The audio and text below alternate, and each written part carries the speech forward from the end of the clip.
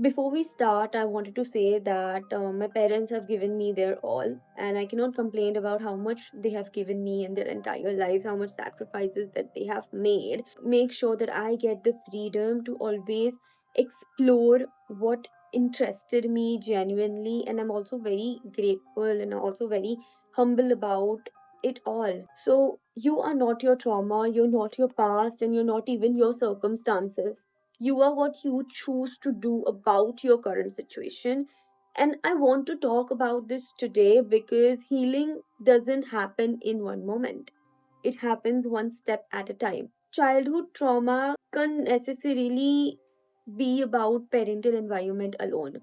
It can come from your circle of friends, from your school, from the environments and the surroundings that you grew up in.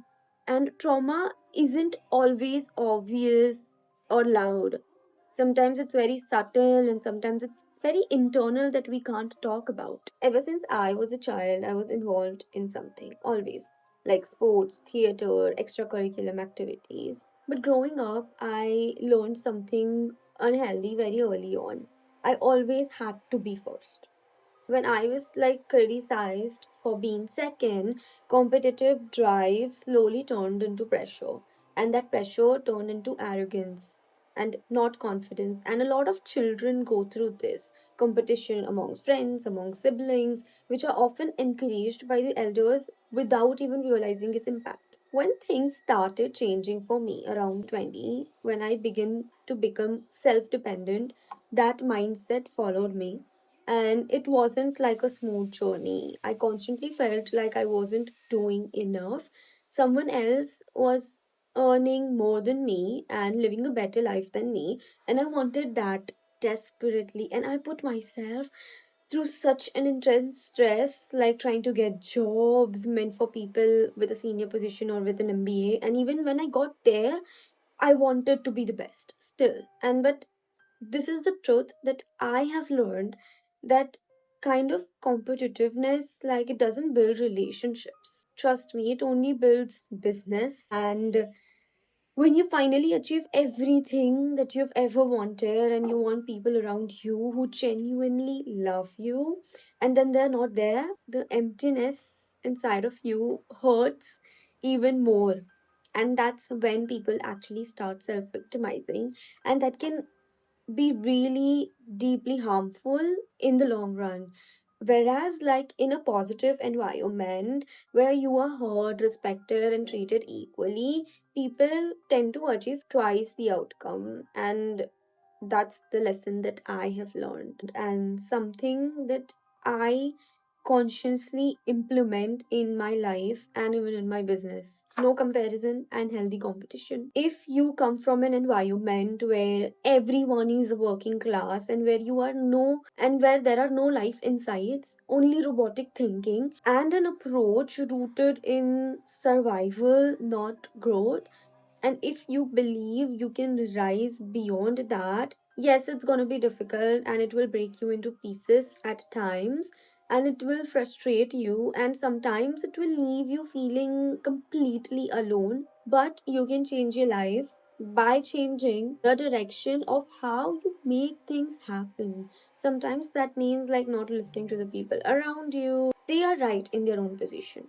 but you have your own life, your own wisdom, and your own vision of what you want to build. And it's okay to take a route nobody around you has taken, and deep down, like, you believe you can change your current situation and achieve what you are meant for. Everybody claps at you when you are doing well according to them, but the moment you go against their opinion and their way of life, you become the problem until you achieve what they couldn't even dream about. In 2020, during COVID, I went through a rough phase in my life. I was completely numb during that time. I didn't know what to think. And every teenager goes through this, right? And you shut off your emotions and just try to survive. And that's when I turned to fitness. Initially, it was extremely difficult. I couldn't even get through one set, and riding a bicycle uphill felt impossible. And instead of stopping, I trained my brain to focus on one thing, one breath at a time. Inhale, exhale, keep moving. That's how I went uphill. That's how I completed sets.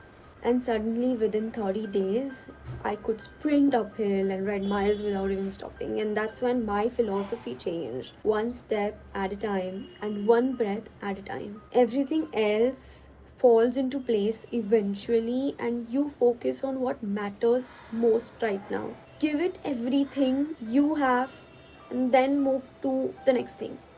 And that's how you start enjoying life. When I was growing up, my parents used to fight a lot. Like as a child, that was harsh. I used to hide under the table, like hug myself tightly and pat on my head and tell myself that it's going to be okay. I would cry until I couldn't anymore. And then I'd go take a shower and play music that comforted me. My playlist like would start from Family Line by Canon Gray and would end with Permission to Dance by BTS. Music plays such an important role in our lives, right? And when you are going through something you can't control, when you feel like nobody understands you, the right music is gonna find you. And for me, BTS found me when I needed the tightest hug. The words comforted me when I just needed someone, like anyone, to tell me that it was okay to exist. And music and badminton took me from not wanting to live anymore to start seeing a life worth living. And that matters more than the people realize. I won't lie, like part of what I went through was a victim mindset. Thoughts like, why does this always happen to me? Why me? But those thoughts are human. But staying there is dangerous and it blocks your growth. It pulls you away from the future you deserve. Healing begins when you decide not to live there anymore. Before you leave, I want you to try something. Ask yourself, what belief about myself did I learn as a child that no longer serves me? Then breathe, inhale for 4 seconds, and then try to exhale for 6.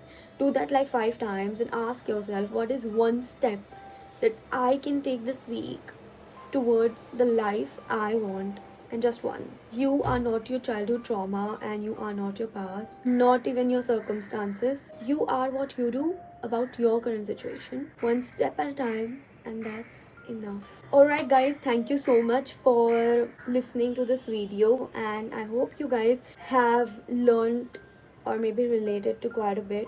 Okay, bye.